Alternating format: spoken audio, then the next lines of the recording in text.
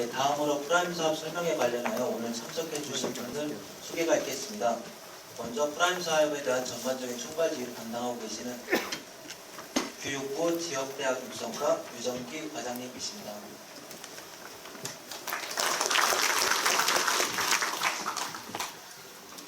예, 다음은 프라임 사업에 대한 평가관리 등의 역할을 담당하고 있는 한국연구재단 학술기반조정실 정진호 실장님이십니다.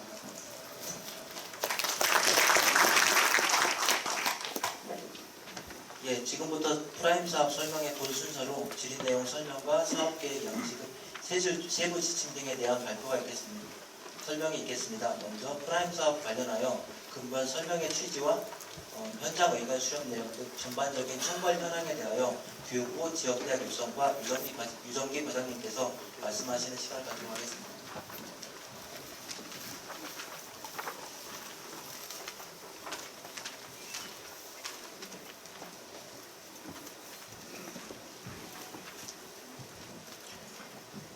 네, 교육부 지역대학 과장입니다.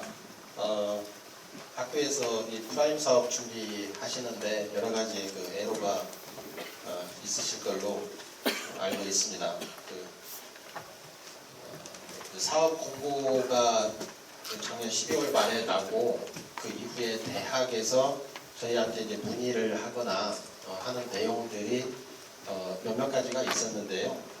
이제 이 기술적인 부분 말고 정책과 관련해서 저희 교육부에서 좀 안내를 해드려야 될 부분, 이런 부분을 좀 중점적으로 말씀을 드리겠습니다. 그에 앞서서 오늘 이제 이 자리를 저희가 마련하게 된 것은 대학에서 이제 그 문의 오는 것 중에 아주 근본적인 질문들이 좀 있었습니다. 이 정원 조정을 이렇게 했는데 이게 인정이 되느냐? 그러니까 그 인정이 되는 줄 알고 추진을 했는데 나중에 뭐 2분의 1만 된다든지 정원 조정이 잘 카운터가 안 된다든지 하게 되면 좀 학교에서는 이제 낭패가 되기 때문에 그걸 좀 사전에 좀 알았으면 좋겠다, 이제 이런 질문들이 좀 있었습니다. 그래서 오늘 작성과 관련한 걸 말씀을 드리고 대학 측에 저희가 이제 그 자료를 서면으로 좀 요구를 할 겁니다. 그래서 정원 이동과 관련한 자료를 저희한테 제출을 해주시면, 오늘 당장은 아니고요, 이제 가셔가지고 어떤 식으로 그 정원 계열관 이동이나 이걸 이제 하겠다는 것을 보내주시면 저희가 전문가 그룹의 그 컨설팅을 구입해서 그 자료를 늦어도 3월 10일 이전에 여러분들께 회신을 해드리는 그런 걸 하도록 하겠습니다. 그동안에 저희한테 이렇게 들어왔던 그 질문 위주로 제가 답을 하는 형식으로 좀 말씀을 드리겠습니다. 첫 번째 관련해서 이제 일정과 관련 부분인데요. 일정이 원래 저희가 이제 일정이 3월 말까지 접수를 하고 4월 말까지 평가를 완료하는 것으로 그렇게 되어 있습니다. 이것은 17년도 입학정원 관련한 그 대교협에 보고하는 그것과 연관이 있기 때문에 늦어도 5월 초까지는 모든 게 다 완료가 돼야 된다라는 스케줄에 의해서 저희가 이렇게 짠 거고요. 이 일정에는 그 변함이 없습니다. 혹시 어디에서 그 일정이 뭐 조정될 거라는 얘기를 들으신 분이 좀 계신 것 같은데, 전혀 저희는 그 일정 검토를 다른 일정으로 검토를 한 바가 없습니다. 그다음에 이제 또 하나의 질문이 구조개혁 공급 아까 보면은 B등급이나 C등급, D등급에서 정원을 감소를 시켜야 되는 경우가 있죠. 그럼 이 정원 감소를 시켰을 때 과연 이 프라임 분야로 정한 분야를 정원 감축이 가능한 거냐, 이런 질문을 하셨어요. 그 취지는 저희가 이제 알겠는데 근본적으로 이 프라임 분야를 그 대학에서는 중장기 발전계획과 연계해서 키워나가야 되는 그런 것이거든요. 그런데 이 분야를 줄인다는 것이 사실 저희로서는 조금 이해가 되진 않습니다. 그래서 프라임 분야는 그 정원을 감축하지 않는 것이 가장 좋습니다. 그런데 이제 학교 형편에 따라서 다른 분야를 줄이고 더 이상 줄일 데가 없을 경우에 이제 이 프라임 분야를 이제 줄일 수밖에 없는 상황이 될 수는 있는데, 그렇게 되면은 일단 줄이더라도 불가피한 상황이 발생하더라도 전체 줄이게 되는 평균 타 분야에 비해서는 훨씬 적은 비율로 줄이는 게 맞고요. 그렇게 했을 때 여전히 문제가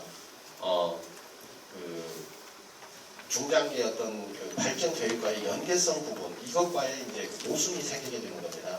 왜 앞으로 키워나가야 될 분야를 줄였느냐 이제 이런 질문에 이제 증명하게 될 수가 있습니다. 그다음에 또 많은 질문이 이제 CK 사업과의 관계였습니다. 첫 번째로 CK 사업단 전체가 프라임 사업 증가하는 그 프라임 사업으로 선정될 경우에 어떻게 되느냐? 이건 이제 일전에도 이제 저희가 답이 나간 바가 있습니다만은 프라임 사업으로 CK 사업단이 가게 되면 그 CK 사업단은 그 프라임 예산으로 사업을 진행을 하게 됩니다. CK로부터 받는 돈은 더 이상 받지를 못하게 되는 거죠. 그리고 그 CK 사업단은 성과 관리는 계속적으로 저희가 할 겁니다. 그래서 CK 사업단이 프라임 안으로 들어가서 이렇게 해체되는 게 아니고 프라임 안에 들어가서 CK가 하려고 했던 그 성과 플러스 이제 어떤 또 다른 알파가 더 붙겠죠. 그래서 CK가 완전히 이렇게 와해되는 그런 형태가 아니고 재원은 재원대로 프라임을 통해서 받게 됩니다. 일부 그 대학에서 CK 때 받던 금액보다 이제 덜 예산 지원을 받게 될 수가 있느냐 그런 질문을 하셨는데 그것은 안 되는 거죠. CK 저희가 사업 관리를 하기 때문에 최소한 그 이상은 유지가 돼야 되는 거죠. 지원 금액 역시요.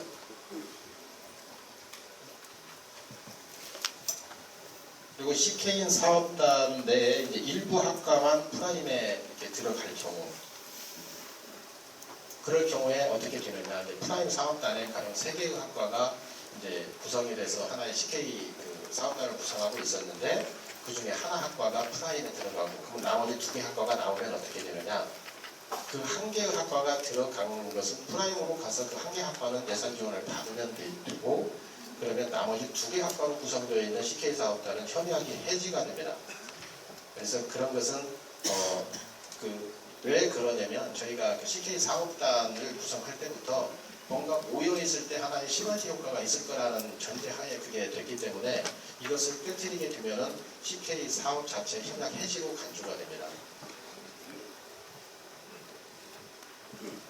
이제 대학 내 여러 개의 CK 사업단이 있고 그 중에 1개 사업단이 프라임으로 들어갔을 때 그 1개 사업단은 프라임에 들어가서 프라임의 예산을 가지고 지원을 하는 거고요. 그 나머지 그 CK 사업단은 CK 예산으로 지원을 받아서 CK 사업을 지속적으로 진행하면 됩니다.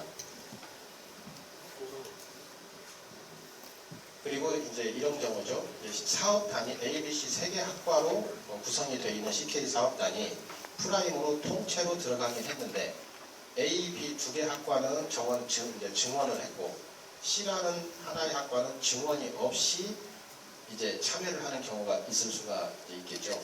그럴 경우에 CK 사업단은 저희가 한 몸으로 봤기 때문에 그 정원 증원을 하지 않은 그 C라는 학과도 프라임 사업에 참여하는 것으로 간주가 되기 때문에 그 학과에도 그 예산 지원이 됩니다. 그 다음에 대학 간 컨소시엄으로 CK 사업에 참여하는 경우가 있는데요. 이 경우에 그 주관대학이 CK 사업에 그 주관대학이 프라임이 될 경우에 그 CK 사업단은 협약이 해지가 되는 걸로 보고요. 그 참여대학이 그 협력대학이 CK 사업 협력대학이 프라임에 참여하게 되면 그 CK 사업단은 그대로 유지가 됩니다. 그 협력대학만 빠지고 주관대학이 있기 때문에 다만 CK에서 그 협력대학으로 인해서 추가로 지원받는 금액만큼만 적게 금액 지원을 받게 되는 거죠.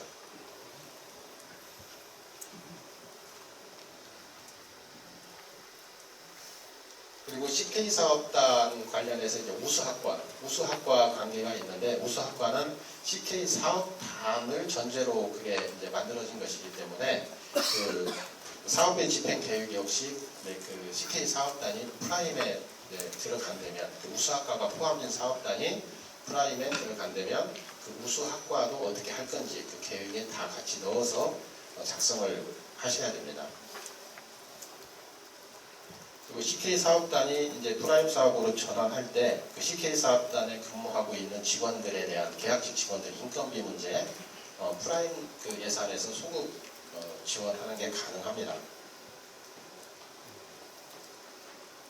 그다음에 입학 정원 이제 관련해서 대기업에 제출하는 그 입학 전형 계획 수정하는 그 문제를 말씀을 하셨는데요. 물론 프라임이 이제 선정이 돼서 한다라고 하면 그 계획을 수정해서 그 계획대로 수정한 것을 이제 대기업에 제출을 해야 되는 거죠. 그래서 프라임 사업에 선정된 대학은 5월 말까지 이제 대학 입학 전형 시행 계획 수정을 완료해야 되고요. 그다음에 이 수정할 때 이제 대기업에서 요구하는 승인 기준 이런 것들이 있습니다. 여기에 따라서 하시면 됩니다. 그리고 이제 좀 더 자세한 사항은 저희가 프라임 사업 선정 후에 안내를 하도록 하겠습니다. 이와 관련해서 이제 사업 선정이 안 됐을 경우에도 그 입학 정원 조정이 가능한지 그 부분에 대한 그 질문을 하셨는데요. 선정된 대학은 당연히 계획대로 입학 그 정원 조정을 진행을 시켜야 되고 선정되지 않은 대학은 저희가 그걸 어떻게 강제하거나 그럴 사안은 아닙니다. 다만 이제 프라임 사업을 준비하면서 학칙을 변경하고 그에 따라서 입학 전형 계획을 수립한 것을 그 이전의 상태로 다시 돌리겠다. 이것은 허용이 안 된다고 합니다. 그래서 그 학칙 개정까지 해서 이미 다 했는데 사업 선정이 안 됐으니까 5월 달에 다시 입학 전형 계획을 새로 수정한다. 이것은 안 된다고 합니다.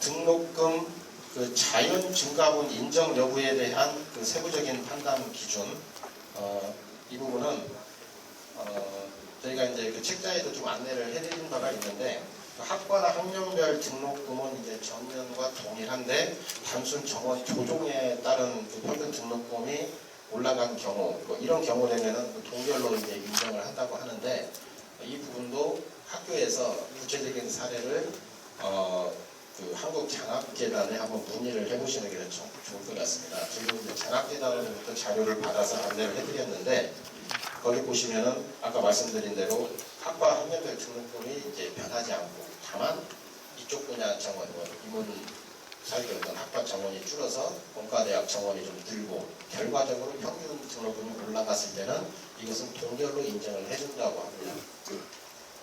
그런데 이제 좀 전에 가령 자연과학 계열이라고 인정받던 학과를 공과 계열로 계열 자체를 바꾼다. 이것은 인정이 안 된다고 그러더라고요. 대학 구조개혁 평가 결과 등급이 A, B, C, D에 따라서 이 평가 점수에 영향을 미치느냐? 저희 그 평가 지표나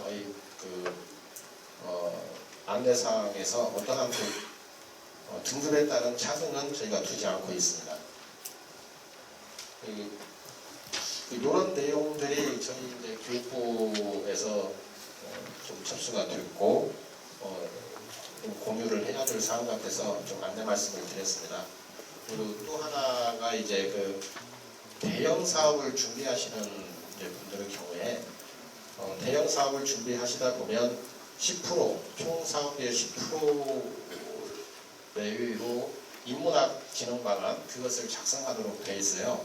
인문학 진흥 방안을 이제 작성하다 보면 그 학교에 인문학 CK 사업단하고 충돌이 생길 수가 있습니다. 그다음에 중복 지원은 안 되기 때문에 이제 그런 문제가 생기는데요.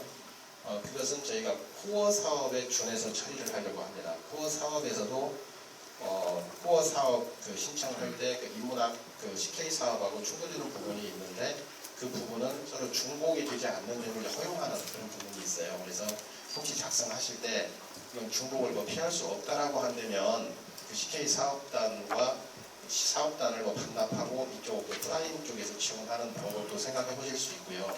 이게 중복을 피해서 얼마든지 해나갈 수 있다라고 하면 그 계획을 세우시면 됩니다. 근데 이 부분은 저희가 이제 최종 선정된 대학을 대상으로 안내해드린 바와 같이 별도의 컨설팅을 할 겁니다. 코어 관련해서는요. 그 컨설팅 때 그때 준공 문제라든지 그 계획의 어떤 방향 이런 것이 일부 수정이 될 수가 있습니다. 컨설팅 결과에 따라서요. 그건 충분히 감안을 해주셨으면 합니다. 그리고 이제 간혹 좀 이제 부탁을 좀 드릴 부분인데요. 그 언론을 통해서 이 이제 학내 좀 갈등 이런 부분들이 약간 이렇게 노출되는 게 좀 있더라고요. 네, 그게 저희 입장에서는 어떤 이 사업 자체가 학과 간의 정원 이동이 전제가 되다 보니까 좀 불가피한 측면이 있긴 하지만 그럼에도 불구하고 충분한 좀 그 내부 논의 과정 여기를 통해서 그 지나친 갈등이 증폭되는 그런 일은 좀 안 생겼으면 하는 게 저희 바람이기도 합니다. 이상 간략하게 좀 궁금해하시는 사항 위주로 좀 말씀을 드렸습니다. 그리고 질문은 이거 끝나고 나중에 질의응답 시간이 따로 있습니다. 예.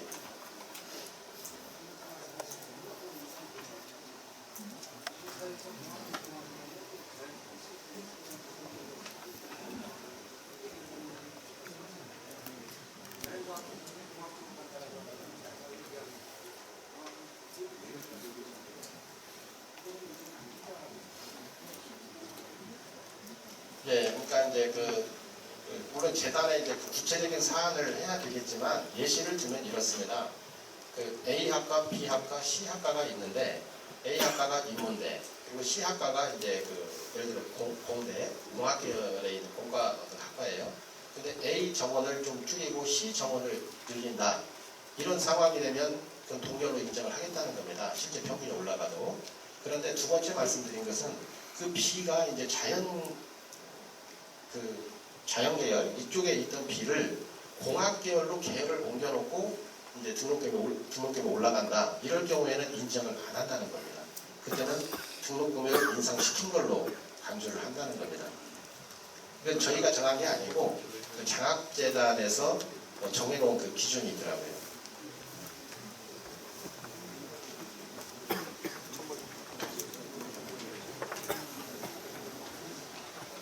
예, 조금 더 자세한 상황 같은 경우는 아까 저희가 나눠드린 서면서나 이 4시 정도에 저희가 질의응답 시간에 자세히 좀 문의하시면 될 것 같습니다. 예, 다음으로 저희 사업계획서 양식 관련돼서 세부 항목별로 질의 내용 중심으로 저희 한국연구진 학술기반지원팀 한승환 팀장님의 발표가 있겠습니다.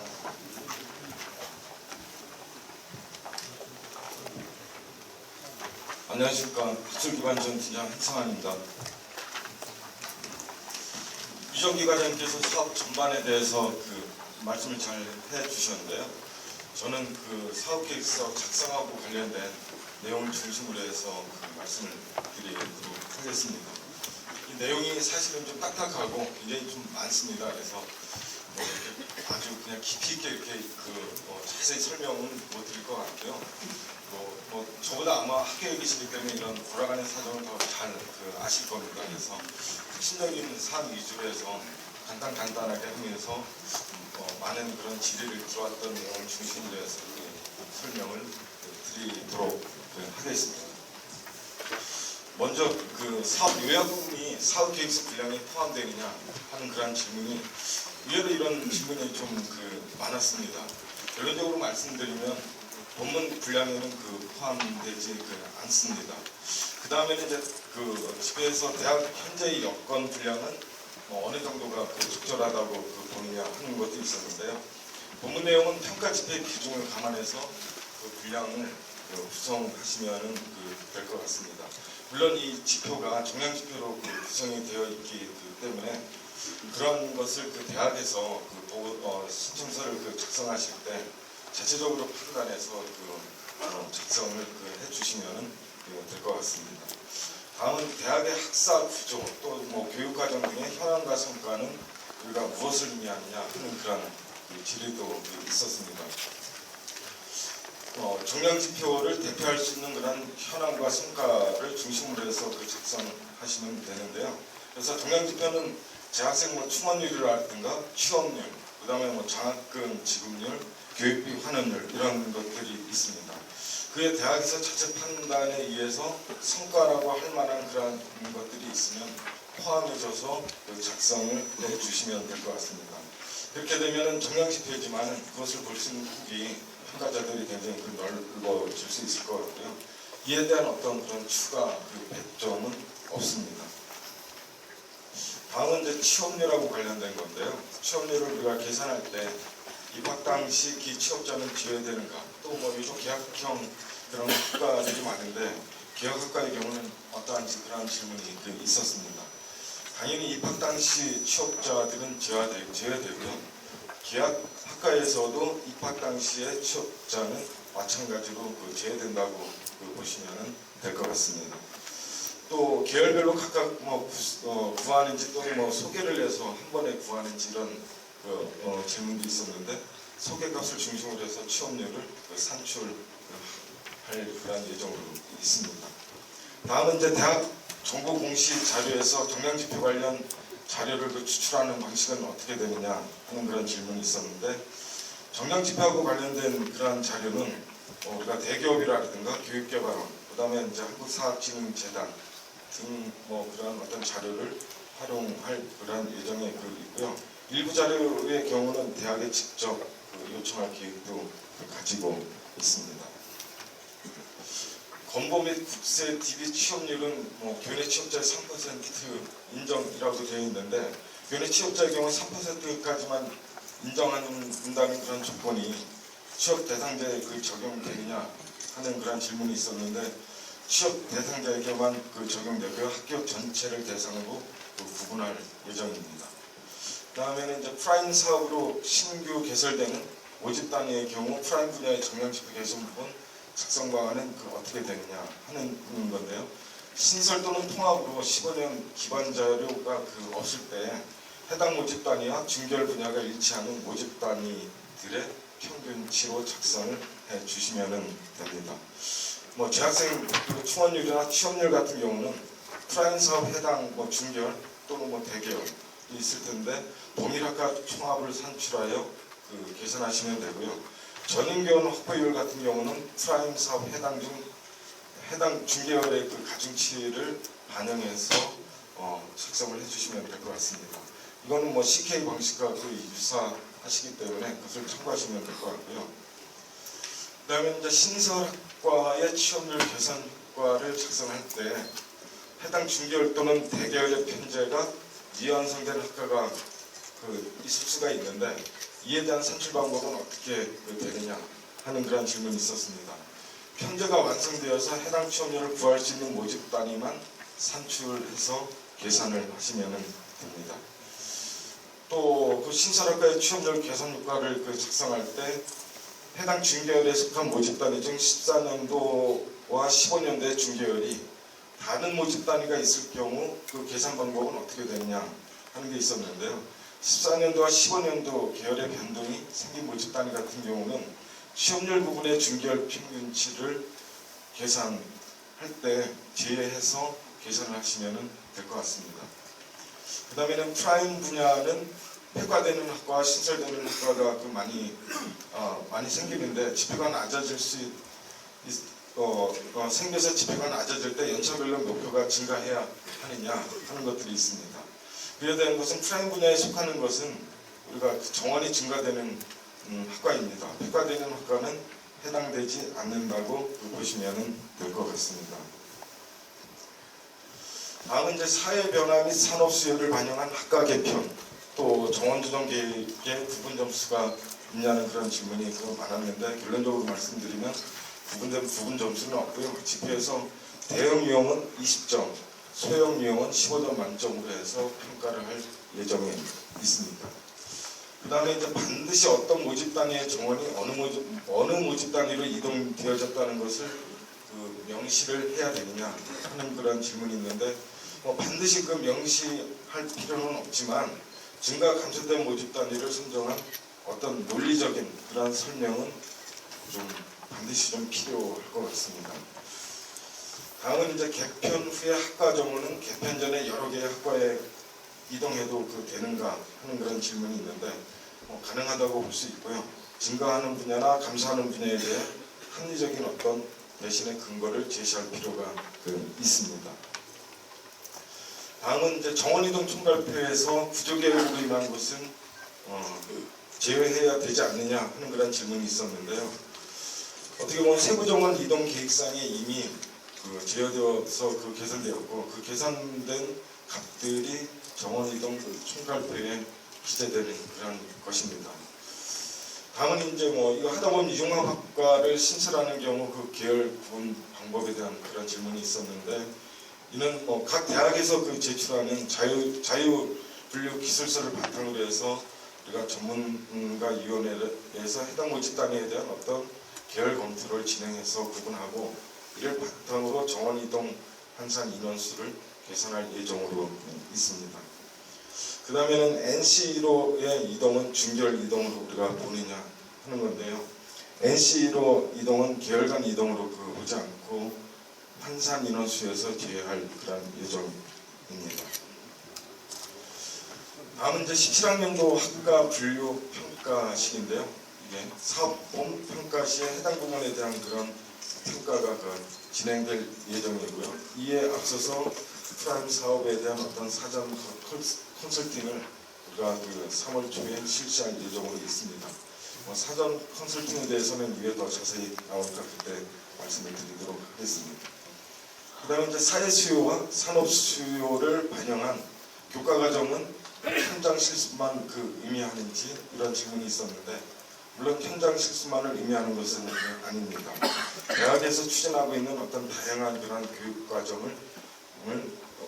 운영을 의미한다고 보시면 되고요. 그와 관련된 것을 작성을 해주시면 될 것 같습니다.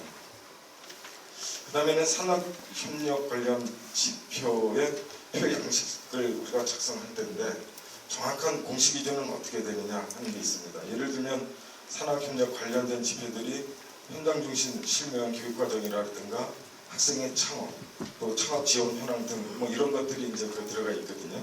이런 거 하실 때는 대교협에서 우리가 공시하고 있는 15년, 14년, 13년 자료를 활용할 예정입니다. 사육계획서 양식에서는 각 지표별 자료 기준 시기를 명시해 놓을 예정입니다. 그 다음에는 이제 교육과정에서 기업 연계 수준의 정도는 모두 MOU를 맺어야 하느냐 아니면 계획만으로 충분한지 이러한 질문이 있었거든요. 그래서 어떻게 보면 MOU 같은 경우는 여러 수단 중에 하나의 방법일 수밖에 없습니다. 그래서 MOU를 통해서만 판단하기 어렵기 때문에 다각적으로 우리가 교육과정에서 어떻게 연계할지를 작성해 주시면 될 것 같습니다. 다음은 이제 취업, 창업, 지표, 인프라 구축 현황 및 지원 계획 관련인데요. 이게 이제 묶여서 이렇게 나오다 보니까 이런 질문이 좀 있었던 것 같습니다. 작성을 하실 때 취업 부분하고 창업 부분을 각각 목차를 구분하셔서 작성을 해 주시면 될 것 같습니다. 취업 시점과 관련된 별도의 양식은 제시되지 않았지만은 창업 부분에 준하는 수준으로 대학의 취업 관련 지표 현황을 작성해 주시면 됩니다.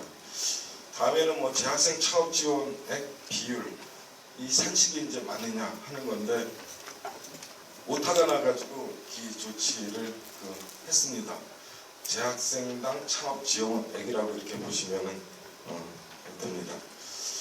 다음은 이제 신설학과의 전인교원 확보율을 향후 점진적으로 충원할 사안이냐 하는 그런 질문이 있었는데요.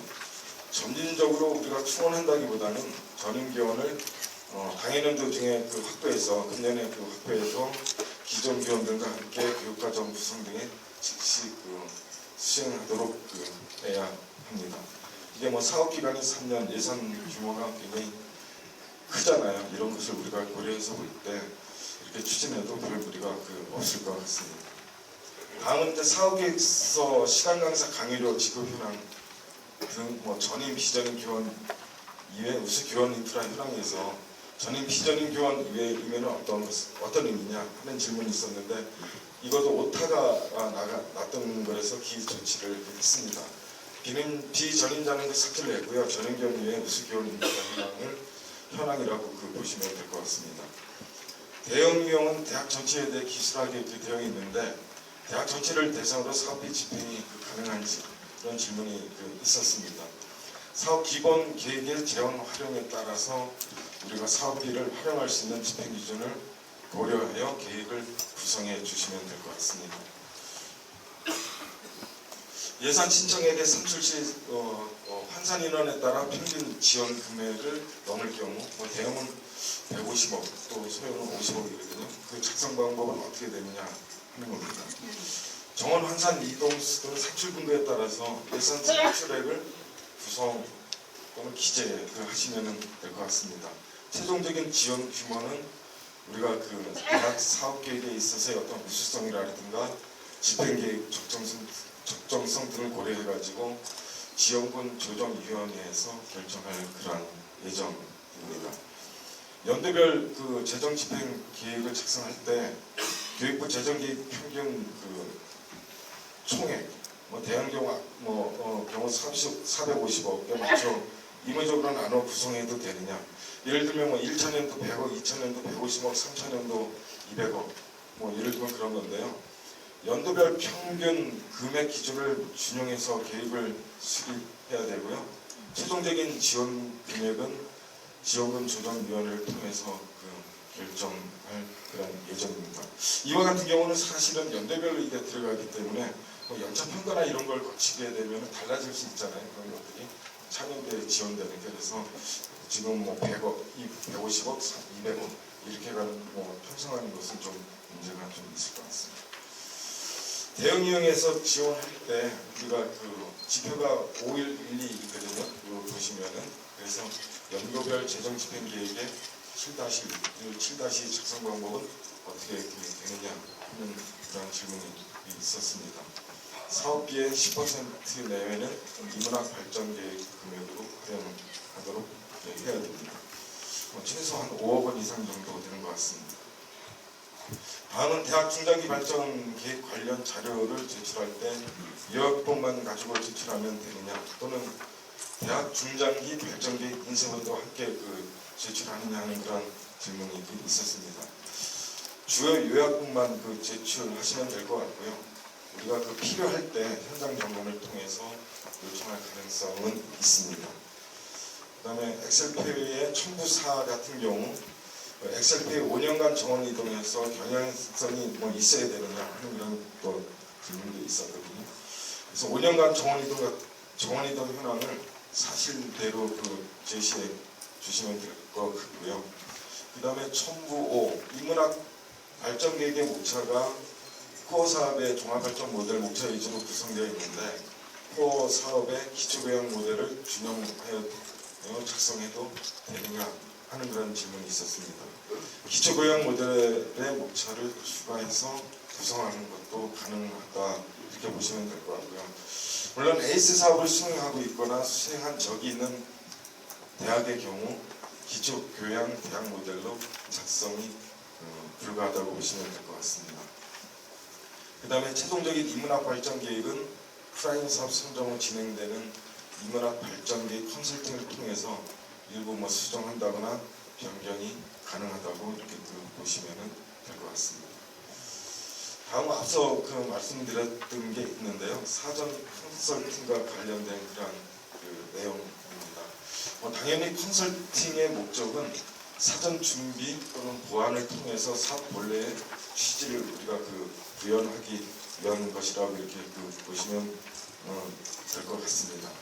기간이나 방법은 어떻게 되느냐 하는 건데요. 2016년 저희가 3월 초까지 우리가 실시할 그런 계획을 가지고 있습니다. 물론 방법은 우리가 전문가들을 중심으로 컨설팅 위원회를 구성해서 진행할 예정을 가지고 있습니다.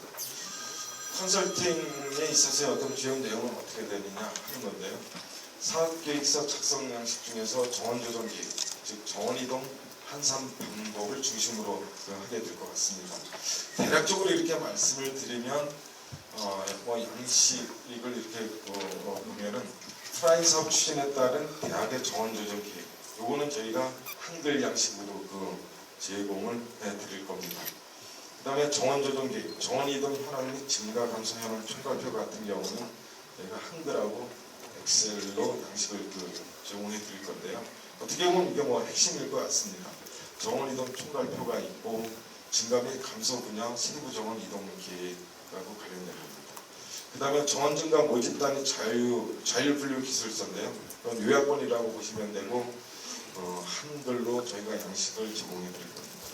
그 다음에 기타 대학 환경 개선 방향을 파악할 수 있는 어떤 참고 자료 그런 것을 중심으로 해서 저희가 컨설팅 신청서 양식을 구성할 계획을 가지고 있습니다. 컨설팅의 내용인데요. 이게 앞에서 나왔던 게 중복된 것 같습니다. 그 다음에 이제 주로 이제 컨설팅을 어떻게 하느냐, 아까 구성 방법, 이런 전문가를 우리가 구성해서 우리가 어떻게 할 것이냐 하는 건데, 서면을 통해서 저희가 컨설팅을 실시할 계획을 가지고 있고요. 거기에는 이제 대형이나 소형, 즉 이형별로 우리가 구분해서 실시할 계획을 가지고 있습니다. 다음에 이제 컨설팅의 결과 활용인데요. 이것은 컨설팅 결과 보거나 우리가 해서 대학에 이제 통보를 해드릴 텐데, 이것 통보가 가면은 본 보고서 작성을 할 때 참고해서 활용을 해주시면 될 것 같습니다. 근데 여기서 신호등을 저희가 표시를 해드렸는데요. 컨설팅은 주관기관이 주요 지표를 작성하는 데 있어서 사업 목적이나 취재에 맞도록 어떤 전문가들의 의견을 저희가 검토해서 제시하는 것입니다. 그래서 평가 결과 우리가 무관하며 해당 의견의 수용 여부는 어떻게 보면 주관기관 자체적으로 판단해서 반영을 해주시면 될 것 같습니다. 우리가 이게 전혀 우리가 봤을 때 잘못 가는 부분만 우리가 한번 체킹을 한번 한다는 그런 좀 의미가 담겨 있다고 보시면 될 것 같습니다. 절차가 우리가 일정인데요. 보면은 저희가 3월 3일 그때 이제 컨설팅 신청서를 접수할 그런 예정입니다. 대학에서 저희 한국연구재단에 제출해 주시면 되는데요. 학술 기반 지원팀에서 주 업무를 담당을 하고 있습니다. 그 다음에는 3월 8일 9일경에 컨설팅 우리가 실시할 계획을 가지고 있고요. 이것은 물론 아까 말씀드렸듯이 전문가위원회를 저희가 구성해서 실시할 계획을 가지고 있습니다. 실시를 해서 저희가 결과 정리를 해서 한 3월 10일경에 저희가 결과 통보를 할 계획을 가지고 있고요. 그건 작성하실 때 활용을 하시면 될 것 같습니다. 물론 일정이라는 게 어떤 변동이 생기면 변화가 있을 수 있거든요. 그래서 이게 지금 저희가 잡고 있는 계획은 일정은 이렇게 잡고 있다 이렇게 보시면 될 것 같습니다. 다음은 이제 시스템 입제 방법인데요. 이것은 저희 팀의 김성백 박사가 자세히 설명을 드리도록 하겠습니다. 네, 저희 팀장님께서는 50여 개 가까운 질의응답을 하시다 보니까 아마 여기 대학에 계신 분들이라 ERND 시스템을 잘 아실 거예요. 접수하시는 방법은 연구재단 홈페이지에 연구사업 통합지원 시스템을 체크하시거나 ERND.NR에 가셔서 하시면 되고요. 지금 이 기초사업이나 이런 거 접수하면서 굉장히 시스템 부하가 많이 걸리신다고 하더라고요. 그래서 저희가 최대한 기존 시스템 쪽에서 그리고 이미 아까 저희가 양식이라는 표현을 썼지만 자율분류 기술서 요약서라든가 엑셀표 같은 거는 이미 저희들이 게시해놨었으니까 그 부분들을 본계획서 할 때도 어차피 활용을 하시기 때문에 저희가 그 계획서를 최대한 활용을 할 예정이고요. 시스템에 처음에 로그인하셔서 여러 사업들이 접수를 쭉 하실 테고 그 중에 저희가 코드를 이렇게 안쪽에서도 저희가 이 시스템 안내하는 방법은 게시를 해드리겠습니다. 그래서 산업연계교육활성화 선도대학 사업이라서 사업 신청하시고 일반적으로 아마 다른 시스템 각 사업마다 틀리겠지만 입력하는 거나 SGI 정보를 찾아가는 게 굉장히 많으신데요.